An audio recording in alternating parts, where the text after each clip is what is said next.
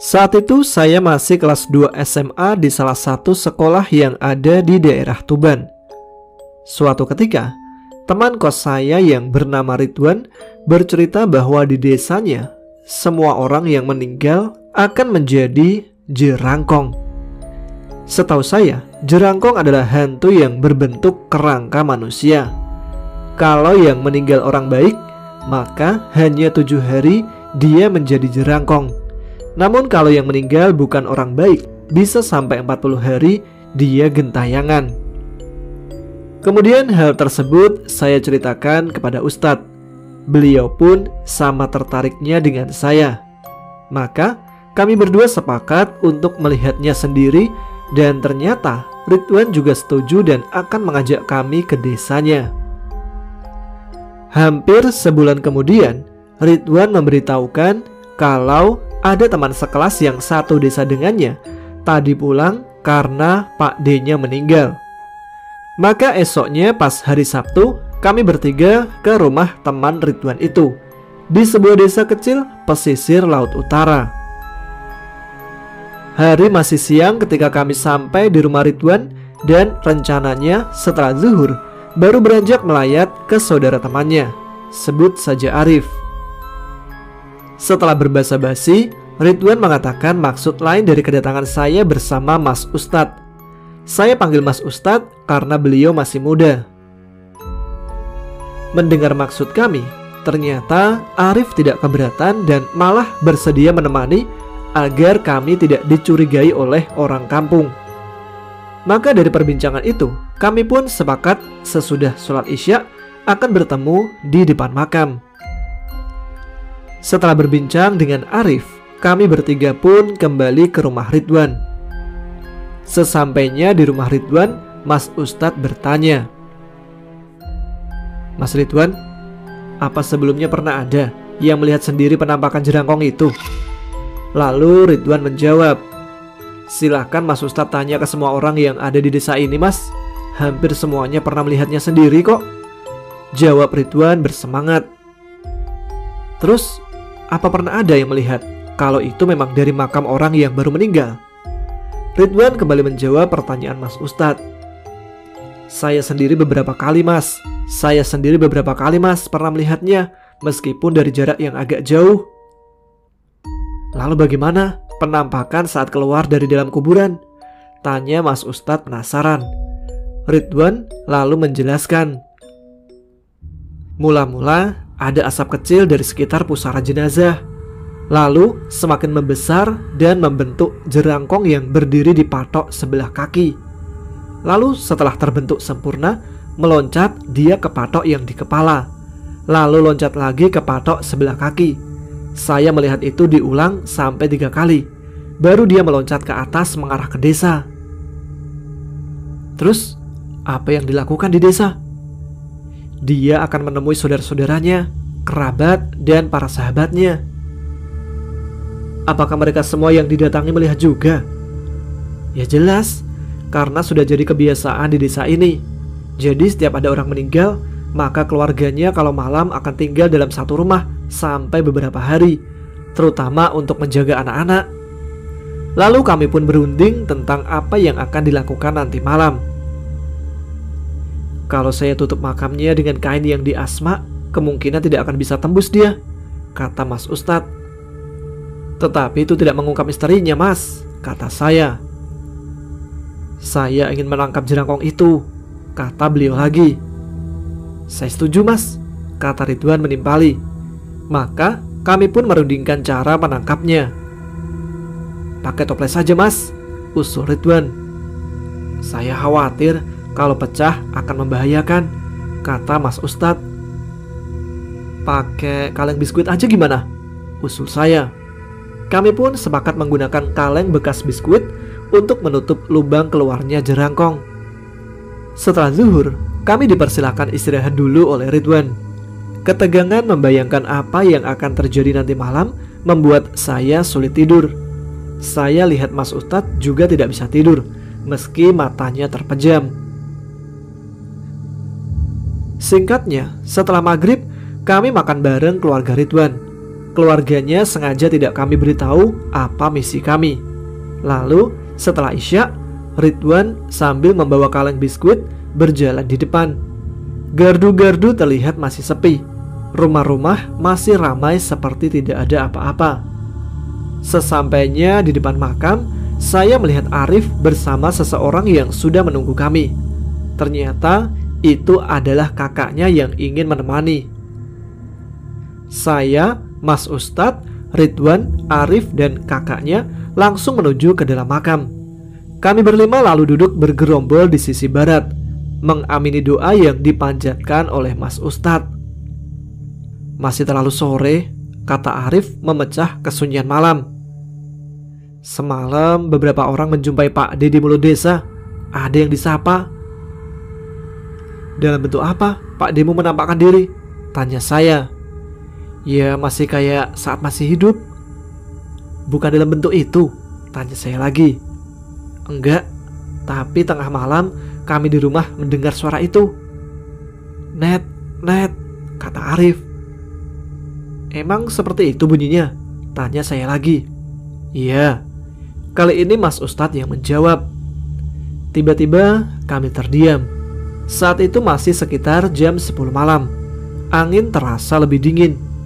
Kemudian tiba-tiba Mas Ustadz memberikan isyarat kepada Ridwan untuk mengeluarkan kaleng yang tadi dia bawa.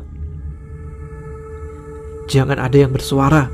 Jangan pula membaca apapun walau dalam hati, kata beliau sambil mengambil kaleng dan membuka tutupnya.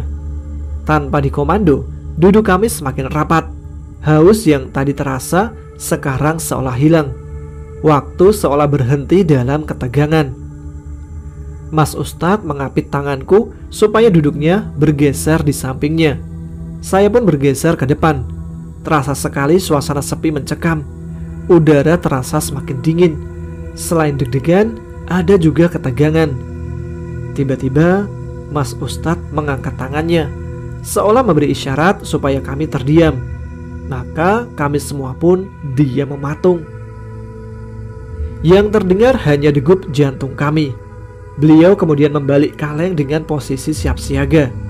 Saya pun mencoba memperhatikan apa yang terlihat di atas gundukan tanah basah itu. Makam Pak D. Arif. Ada seperti asap rokok tepat di depanku. Ketika saya mau memberitahukan yang lain, ternyata semua telah melihat ke arah yang sama. Ya, semua melihat ke arah asap itu. Sekitar 2 menit kemudian, asap seolah ditiup dari bawah, mengarah lurus ke atas. Saya terpaku dan tetap tidak bergerak ketika Mas Ustadz bergerak maju dan menerkam asap tersebut menggunakan kaleng. Sesaat setelah terdengar letupan kecil. Bantu pegang cepat, kata beliau. Namun kami tidak beranjak seolah tidak mendengar. Bantuin, kata beliau sedikit keras. Seolah tersadar, saya bergerak cepat membantu memegang kaleng. Tapi karena suasana yang gelap, sehingga malah tangan beliau yang saya tekan. Saat itulah kaleng terlempar ke atas. Tidak jelas terlihat, namun sesaat kemudian seperti ada ledakan kecil dan kaleng terlempar kembali ke tanah. Selari sinar putih terlihat lepas mengarah ke desa. Ayo kita pulang, kata Mas Ustadz. Kami pun bergegas keluar dari pemakaman. Ke rumah saya aja yang dekat, kata Arif seolah memberikan komando yang kami turuti tanpa membantah. Setelah sampai di rumah Arif, kami segera membersihkan diri, lalu berkumpul di balai-balai depan rumah. Baru saya sadari kalau suasana sepi sekali. Tidak ada rumah yang terbuka pintunya. Di dalam rumah ada banyak orang yang tidak beralas tikar di ruang tengah. Beberapa lelaki masih terjaga dengan membawa senter. Anak-anak tertidur pulas, namun para ibu terlihat gelisah. Malam ini kita gagal. Saya tidak menyangka tenaganya begitu kuat, kata Mas Ustadz agak berbisik. Maaf mas, saya tadi kurang tanggap, kata saya menyesali yang terjadi. Maka kami pun terlibat dalam diskusi yang seru sambil berbisik. Lalu tiba-tiba terdengar suara cukup keras, disusul dengan menyalanya beberapa senter mengarah ke suara tadi. "Maaf, sebaiknya kita masuk aja," pinta Arif. "Kami pulang aja dulu ya, udah larut, biar nanti tidak dicari sama bapak," kata Ridwan. Dan kami pun berpamitan untuk bertemu lagi besok sehabis Isya di depan pemakaman. "Kami akan coba membuat persiapan lebih baik besok," kata Mas Ustadz sambil bersalaman. Kami hampir sampai di jalan desa ketika kami merasa ada yang ganjil. "Ridwan mana?" tanya saya kepada Mas Ustadz. Kami pun serentak menoleh ke belakang, mencoba mengamati jalan setapak yang menuju rumah Arif yang terlihat remang-remang. Terlihat di sana Ridwan sedang berdiri tidak bergerak, sekitar 70 meter dari tempat kami mengamati. Belum lagi saya memanggil, Mas Ustadz menggapai tangan saya. "Perhatikan apa yang ada di depannya," kata beliau lirih sekali. Lalu saya mencoba melihat dengan lebih teliti. Di sana terlihat Ridwan sedang melihat ke arah kirinya.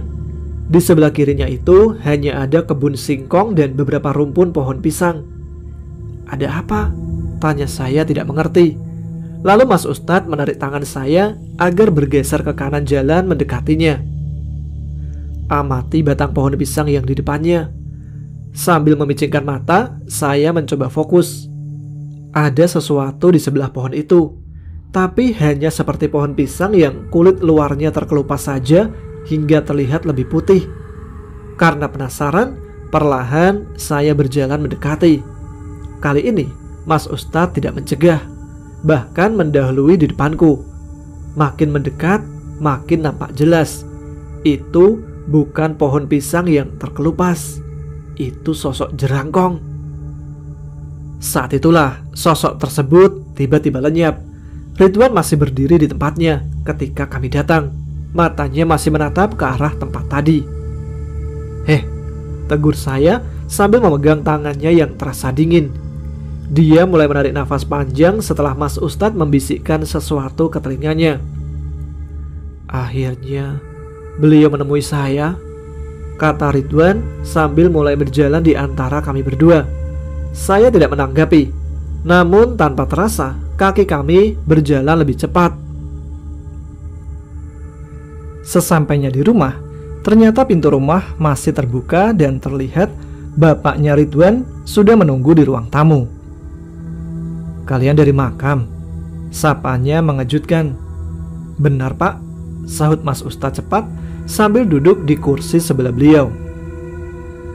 Saya lihat Ridwan masih tegang. "Dari makamnya Pak Wiryo ya Leh?" "Iya Pak," jawab Ridwan agak terbata. "Beberapa orang bilang ke Bapak." "Ya sudah, kami pun tidak perlu lagi menyembunyikan apa yang kami lakukan. Dahulu almarhum Kiai Sodikin juga pernah melakukan seperti yang kalian lakukan." "Hasilnya bagaimana Pak?" tanya saya antusias. "Kami orang kampung tidak ada yang diperbolehkan ikut, hanya bisa melihat dari jauh saat beliau dan beberapa santrinya memasuki pemakaman." "Apa Bapak melihat apa yang mereka bawa?" "Salah seorang santri membawa kelapa, hanya itu yang Bapak tahu." "Mungkinkah itu yang dipakai menangkap?" "Bisa jadi, karena kelapa sangat kuat." Kami pun mulai sepakat. Bapaknya Ridwan tidak mencegah ketika kami mengatakan bahwa besok malam kami akan ke makam lagi. "Sebaiknya saya nggak ikut," kata Ridwan agak mengejutkan. Pengalaman bertemu dengan jerangkong tadi ternyata masih mengguncang jiwanya. "Biar Bapak yang akan menemani kalian. Biar Bapak yang menjawab kalau ada warga yang mempertanyakan." Dan sisa malam itu kami gunakan istirahat sebaik-baiknya. Sudah lewat tengah malam ketika kami membersihkan diri hendak istirahat. Di balai-balai bambu besar di ruang tengah ternyata sudah dihidangkan teh panas dan beberapa makanan kecil. "Saya tidur di sini ya sama kalian," kata Ridwan. Tanpa mempersilahkan kami, tangannya meraih gembili bakar dan melahapnya. Kami pun segera ikutan karena memang lapar juga. "Beliau tadi menemuiku," katanya sambil menelan. "Pak D-nya Arif?" "Iya, kelihatannya beliau marah sama saya." "Emangnya apa yang dia bilang?" "Gak ada sih, hanya sorot matanya menunjukkan itu. Matanya merah, menakutkan sekali." "Kenapa tidak memberitahu kami?" tanya Mas Ustadz. "Tadi begitu saya melihat, tiba-tiba kakiku seolah tidak bisa digerakkan. Bahkan seluruh tubuhku seolah kaku. Lama sekali kami saling bertatapan," katanya agak gemetar sambil melihat ke arah kaca jendela. "Ayo kita tidur," kata saya mengingatkan sambil memindahkan makanan ke meja. Ridwan tidur di antara kami. Angin laut berhembus kencang sehingga udara terasa dingin. Sesekali Ridwan melirik ke arah jendela kaca dengan gelisah, namun akhirnya memunggunginya dan terlelap tidur. Malam semakin larut. Saya masih belum mengantuk. Saya masih teringat dengan apa yang tadi ada di balik pohon pisang. Sepertinya itu tadi pocong, bukan jerangkong atau tengkorak. Karena belum ngantuk, saya putuskan untuk keluar rumah menghirup udara pantai. Karena desa ini memang terletak di pesisir pantai utara. Saya menggapai pintu, dan ternyata pintu keluar tidak terkunci. Terlihat di amben depan rumah ada bapaknya Ridwan dan seorang lelaki tua. "Belum tidur?" sapa Pak Kolil, bapaknya Ridwan. "Belum ngantuk, Pak," kata saya sambil bergabung duduk melingkar dengan mereka berdua. Kulihat beberapa makanan dan kopi terhidang di sana. Setelah berbasa-basi sebentar, maka saya menanyakan yang selama ini menjadi ganjalan di hati saya. "Maaf, Pak, apakah semua warga di sini kalau meninggal dunia akan berkeliaran dulu?" "Hanya di duku ini saja, duku sebelah tidak." "Kenapa begitu?" "Dayangnya beda," kata Simbah yang sedari tadi seperti melamun. "Sejak kapan kejadiannya, Mbah?" Kali ini pertanyaan langsung saya tujukan ke beliau. Saya menunggu jawabannya cukup lama. Saya melihat Simbah menikmati rokok klobotnya. Namun beliau tetap diam. Bahkan Pak Kolil pun seolah tidak mendengar pertanyaan saya. Mungkin mereka sengaja merahasiakannya, kata hati saya. Karena suasana sudah tidak nyaman, maka saya pamit untuk istirahat. Seolah baru saja pulas, Mas Ustadz membangunkan saya untuk sholat subuh. Tapi karena masih ngantuk, maka setelah sholat berjamaah, saya pun tidur lagi. Matahari sudah menyengat ketika saya terbangun. Di meja, saya melihat makanan tinggal sepiring. Mungkin yang lain sudah sarapan, dan tinggal punya saya. Karena tidak ada orang, saya ke belakang dan bermaksud ke kamar mandi. Saya melihat Mas Ustadz, Ridwan, dan Pak Kolil seperti memilih beberapa butir kelapa. "Saya rasa yang ini cukup baik," kata Pak Kolil sambil mengangkat sebutir kelapa paling besar dengan warna agak kering. Maka beliau pun memotong ujungnya pakai gergaji. "Supaya bisa dipakai tutup," kata beliau sebelum ada yang bertanya. Singkatnya, sehabis sholat asar, Pak Kolil permisi mau membawa tempurung kelapa yang tadi dipilih ke rumah Mbah Darmo, kakek tua yang saya temui malam hari kemarin. Sekitar setengah jam kemudian, beliau kembali sambil menenteng tas plastik berisi kelapa. Ketika saya terima dan amati, ada guratan-guratan halus hampir memenuhi seluruh permukaan kulit kelapa. Saya lalu menyerahkan ke Mas Ustadz. Beliau pun mengamati dengan teliti. "Sebenarnya beliau itu siapa, Pak?"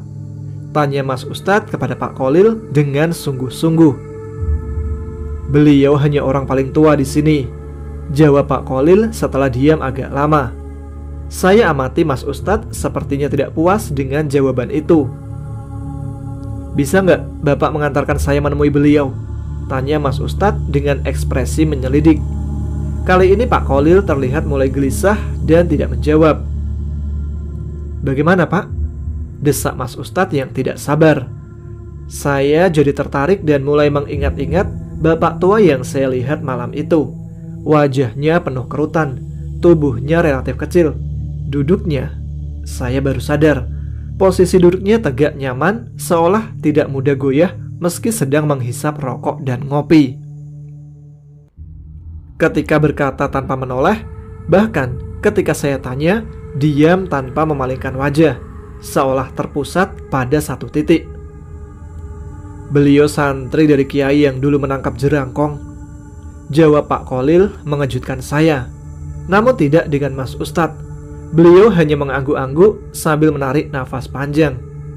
Pantas, gumamnya tidak jelas sambil kembali mengamati guratan-guratan halus di kulit kelapa. Mas Ustadz, inikah yang mau ditanyakan ke Simbah? Kata Pak Kholil sambil menunjuk ke sebuah titik kecil yang terukir di kulit kelapa.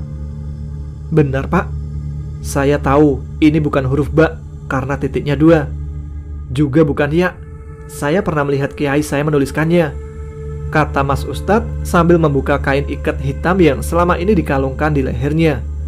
Ketika dibuka, ternyata ada wifik membentuk lingkaran di tengahnya. Hampir sama dengan ini, kata beliau sambil menunjuk salah satu huruf. Yang saya kira ba, tetapi di bawah titiknya ada titik lagi. Simbah juga membawakan ini, kata Pak Kholil sambil membuka bungkusan kain putih kecil. Dari dalam kantong kain tersebut ada beberapa helai benang, seperti benang kasur, warnanya kecoklatan, mungkin tadinya putih. Yang tidak teguh nanti supaya memakai ini di lengannya, kata Pak Kholil menjelaskan. Apa Mbah Darmo itu asli penduduk sini Pak? Tanya Mas Ustadz sepertinya masih penasaran dengan sosok Simbah itu. Kali ini sepertinya Pak Kholil menyerah. Beliau mengisyaratkan supaya kami mengikutinya ke ruang tengah di mana ada bilik bambu besar. Dan kami pun duduk melingkar termasuk Ridwan. Beliau sengaja ditaruh di sini oleh kiainya, kata Pak Kholil memulai penjelasannya. Saya agak terkejut karena tidak menyangka Mas Ustadz diam saja menunggu kelanjutannya. Dalam keseharian, Mbah Darmo mengurus masjid. Dari situlah beliau hidup. Lalu keluarganya? Tanya saya penasaran. Istrinya sudah meninggal lama, anak cucunya sering datang mengunjungi. Lalu, untuk apa Mbah Darmo ditaruh di desa ini? Tanya Mas Ustadz. Untuk mengawasi serta menjaga agar kejadian seperti ini tidak menyebar ke desa yang lain. Juga menjaga agar arwah tersebut tidak meresahkan warga. Memangnya sebelumnya bagaimana Pak? Dulu kalau ada orang meninggal, apalagi yang kelakuannya tidak baik, maka seluruh desa dicekam oleh ketakutan. Karena seolah-olah yang gentayangan itu tidak satu. Bahkan sering keranda yang dipakai membawa mayat berjalan sendiri di sepanjang jalan desa. Kalau sampai gagal, akan tidak baik buat warga di sini, kata beliau tiba-tiba dengan agak misterius. Kenapa Pak? Tanyaku heran. Seperti malam kemarin, karena kalian gagal, maka hampir semua orang di desa ini didatangi oleh jerangkong, bukan hanya keluarganya, seperti yang dialami Ridwan semalam, kata beliau menjelaskan. Hal itu membuat kami tidak enak, terutama Mas Ustadz. Karena itu, malam ini beliau akan berusaha habis-habisan. Singkat cerita, malam harinya saya, Pak Kholil, dan Mas Ustadz bertemu dengan Arif dan saudaranya di depan pemakaman. Tiba-tiba saya melihat Pak Kholil memegang tangan Mas Ustadz sambil memberi isyarat ke suatu arah. Lalu Mas Ustadz mengikuti petunjuk Pak Kholil dan matanya tertuju ke arah belakang saya. Sama dengan Pak Kholil, arah pandangannya. Terlihat mereka berdua seolah menajamkan pandangan ke sesuatu yang ada di belakang saya. Ternyata Arif dan saudaranya juga mengamati gerak-gerik mereka. Hampir saya loncat ketika sebuah tangan dingin memegang tanganku. Arif, kata hatiku. Tangannya memegang erat, terasa dingin dan bergetar. Pak Kholil dan Mas Ustadz seolah mengikuti pergerakan yang terlihat di belakang kami. Arif mulai menggeser duduknya semakin merapat. Rupanya dia didesak oleh saudaranya. Mas Ustadz merubah posisi duduknya, tidak lagi bersila, masih beralaskan kardus, tetapi kaki kirinya ditekuk ke bawah, sedang kaki kanannya ditekuk ke depan. Sorban yang sedari tadi disampirkan di bahu, sekarang dililitkan di tangan kirinya, sambil menyerahkan kelapa ke Pak Kholil sehingga tangan kanannya bebas. Posisinya seolah siap menerkam sosok yang sedari tadi tidak terlepas dari pandangannya. Melihat itu, semuanya menjadi semakin tegang. Pak Kholil pun tetap mengikuti pergerakan di belakang. Saya sama dengan Mas Ustadz. Cengkeraman tangan Arif semakin keras, sehingga tanganku terasa mulai kesemutan. Perlahan, saya merubah posisi kaki seperti yang dilakukan oleh Mas Ustadz. Begitu juga Arif dan saudaranya. Namun lebih mirip posisi siap untuk berlari. Sayup-sayup terdengar suara semak tersibak. Semakin lama semakin jelas dan semakin mendekat. Keringat dingin semakin mengucur dari tubuhku. Semakin jelas suara itu, semakin sulit badanku digerakkan. Mas Ustadz sepertinya memahami kegelisahan kami. Dia mengangkat tangannya seolah mengisyaratkan agar berdiam diri. Meski tidak sedingin tangan Arif, badanku juga terasa dingin karena peluh dan ketegangan. "Mbah Darmo," bisik Pak Kholil diiringi desah nafas kami seolah bersamaan. Benar saja, begitu saya menoleh, Mbah Darmo sudah begitu dekat, sehingga meski tidak terlihat jelas, namun sosoknya saya kenal. Lalu beliau segera duduk di dekat saya. "Sebentar lagi dia akan keluar dari dalam kubur," kata Mbah Darmo mengejutkan kami semua. Ternyata jerangkongnya belum keluar, masih di dalam kuburan. Setelah duduk di antara kami, Mbah Darmo menyalakan lampu minyak dan meletakkannya di sebelah batu nisan yang di selatan. "Kalau tidak ada penerangan walau sedikit, bagaimana bisa tahu dari sebelah mana dia keluar?" katanya mengingatkan. Mas Ustadz memerah wajahnya, namun diam saja. "Biar saya yang pegang batok kelapanya," kata Mbah Darmo.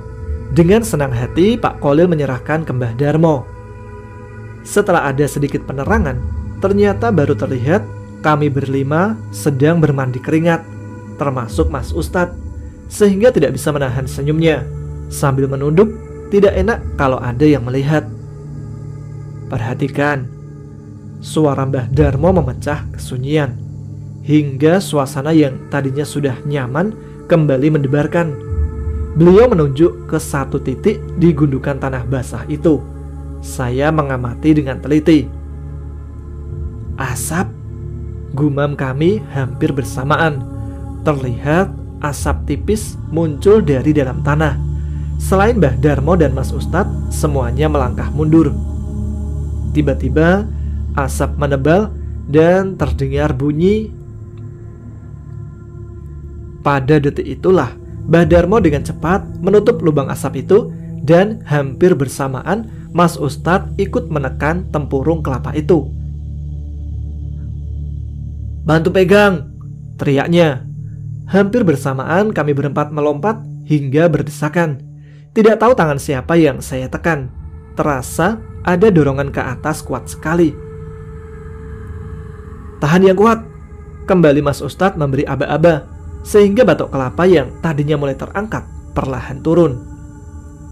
Entah bagaimana Mbah Darmo melakukannya, tapi tampak tutup kelapa sudah terpasang. Bersamaan dengan suara melengking itu lenyap dan tidak beruntak lagi. Kami pun kembali duduk sembarangan. Tinggal Mbah Darmo yang memegang batok kelapa itu. "Dekatkan lampunya," perintah beliau. Lagi-lagi hanya Mas Ustadz yang tanggap. Maka didekatkannya lampu ke batok kelapa. Lalu tutupnya dibuka. Bergantian kami melihat apa yang ada di dalamnya. "Potongan jari," bisik saya. Malam itu juga potongan jari itu dikubur lagi, tetap di dalam batok kelapa. Mas Ustadz memimpin doa untuk kesempurnaan arwah agar tenang di alam kubur. Kejadian malam itu mengakhiri petualangan kami hari itu. Namun hanya sesaat, karena mungkin jika ada yang meninggal lagi di kampung tersebut, teror jerangkong akan kembali menghantui warga desa.